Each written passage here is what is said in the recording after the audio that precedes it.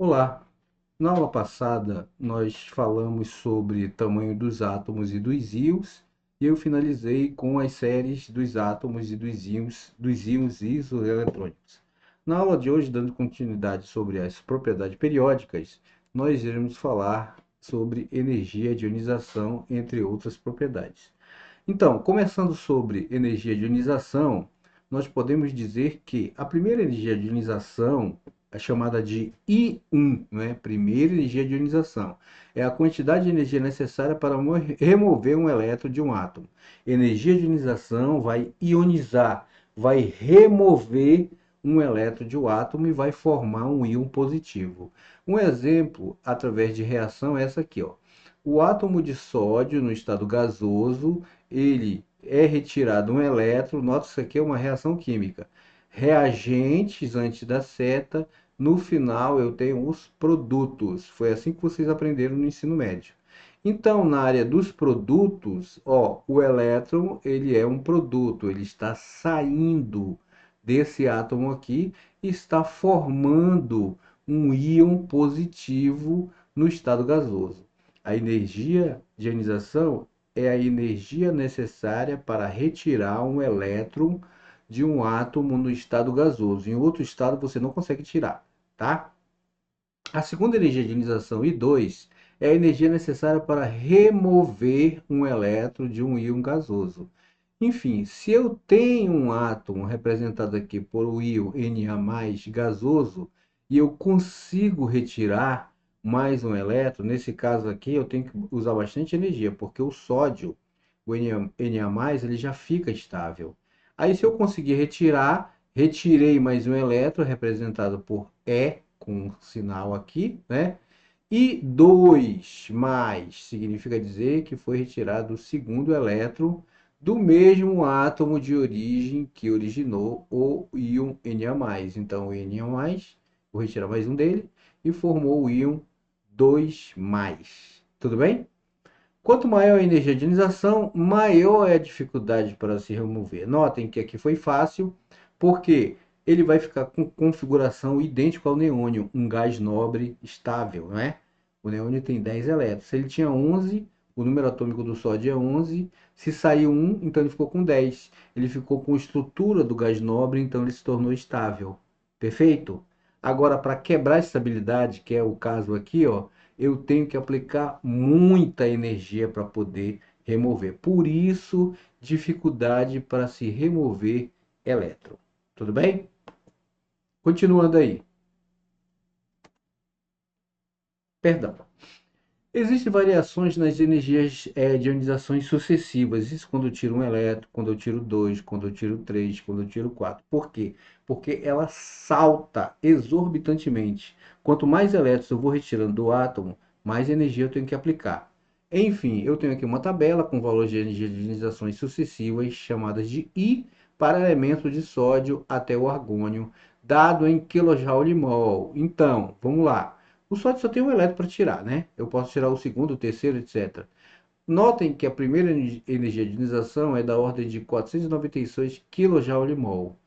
E para quebrar a estabilidade, ou seja, tirar o próximo elétron, essa energia basicamente ela deciplica, multiplica por 10, né? Então vai para a ordem de 4.560 kJ/mol. Notem, para quebrar essa estabilidade é difícil. O magnésio, como ele tem dois elétrons na última camada, então eu utilizo 638 kJ/mol para retirar o primeiro elétron e 1.450 para retirar o segundo. Ou seja, dobrou. Aqui, ó, ele deciplicou. Aqui ele dobrou. Então significa dizer que até aqui, como ele tinha dois elétrons, ele se tornou estável. Para eu tirar o próximo, olha quanto foi a energia: 7,730 kJ/mol. E esse nuance, né, essa característica, ela acontece para todos esses outros elementos representados nessa tabela. A energia ela aumenta consideravelmente, justificando o que eu já havia dito anteriormente. Continuando aí sobre as tendências periódicas nas primeiras energias de ionização, eu posso afirmar que a energia de ionização diminui à medida que exercemos em um grupo. Então, eu tenho uma família, um grupo, conforme você desce nos elementos químicos, você percebe que a energia de ionização ela diminui, não é? Por que que diminui? Porque, como vai estar mais distante o último elétron que eu vou retirar do núcleo, fica mais fácil retirar. Isso significa que o elétron mais externo é mais facilmente removido ao descermos em um grupo. À medida que o átomo aumenta, torna-se mais fácil remover um elétron do orbital mais volumoso. Geralmente, a energia de ionização aumenta ao longo do período. Ou seja, quando eu passo lá do hélio, do hidrogênio para o hélio, nesse sentido, ela vai aumentar. Ao longo de um período, a carga nuclear também aumenta. Nós vimos, vai se acrescentando um elétron, né? Então a carga nuclear também vai aumentar. Então aumenta a energia de ionização, aumenta a carga nuclear efetiva. E o raio? O raio vai diminuir, tudo bem? Não vai aumentar, né? É o efeito contrário. Consequentemente, fica mais difícil remover um elétron, justamente por isso, porque o raio vai diminuir. Os elétrons eles estão mais próximos, apesar de ficar também com uma maior repulsão. Mas o núcleo vai segurar mais, porque está mais próximo, vai diminuindo o tamanho. O núcleo vai segurar com mais facilidade aquele último elétron. Então, para eu retirar, vou ter que aplicar uma energia muito grande. Tudo bem? As duas exceções, né, que existem são a remoção do primeiro elétron, P, no caso. No orbital P, eu posso ter 6 elétrons. Tudo bem? Orbital S, no máximo 2 elétrons. Orbital P, no máximo 6 elétrons. Orbital D, no máximo 10 elétrons. Orbital F, no máximo 14 elétrons. Então, a exceção está no orbital P, quando ele está totalmente preenchido, ou 50% preenchido, só com 3 elétrons. Quando eu vou retirar, devido a esse efeito de blindagem, ou seja, eu tenho 3 elétrons, ele está perfeitamente estável, então é difícil retirar.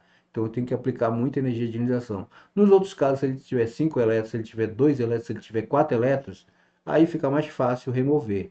Mas quando ele tiver com 3 e 6, aí tem que ver essa estabilidade. Quando ele tiver 6, ele está com a estabilidade total. Então tirar um elétron dali fica mais difícil. E a remoção do quarto elétron em P, né? Eu posso retirar, na verdade aqui é 3, tá? É a remoção do terceiro elétron em P, não é quarto não. Me perdoe isso, corrijam isso e obrigado. Continuando sobre as tendências, os elétrons S, né? Os elétrons são mais eficazes na proteção do que os elétrons P. Por quê? Porque eles são esféricos, porque eles estão mais protegidos ali da nuvem eletrônica, então é mais difícil retirar. Com isso, aumenta a repulsão elétron-elétron. Quando esse elétron é removido, a configuração 2s3p resultante é mais estável.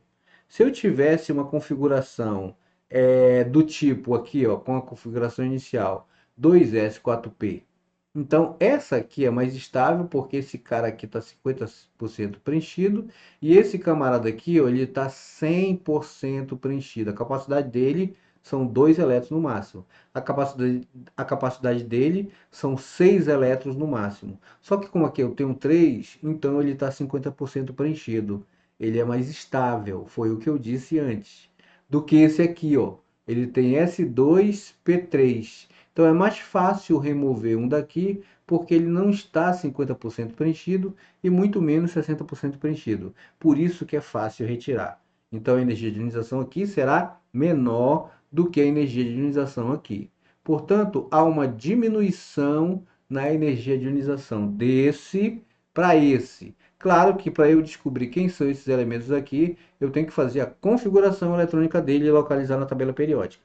Por exemplo, o 1s2, 2s2, 2p3 é o nitrogênio, né? São 7 elétrons. 1s2, 2 elétrons. 2s2, 2 elétrons. 2p3, 7 elétrons. E esse aqui é o que está depois dele. Quem está depois do nitrogênio, com o número atômico 7, é o oxigênio. Então, a energia de ionização do nitrogênio é maior do que a do oxigênio. O nitrogênio está aqui, o oxigênio está aqui. A energia de ionização aumenta nesse sentido. Então, quem vai ter maior deveria ser o oxigênio. Só que o nitrogênio, por ter essa configuração, ele é mais estável, então ele vai ser mais difícil arrancar um elétron dele. E ele possui energia de ionização maior do que o oxigênio. Existem outros casos na tabela periódica, mas isso a gente vai demonstrar nos nossos próximos encontros. Eu desejo a todos bons estudos e até a nossa próxima aula. Obrigado.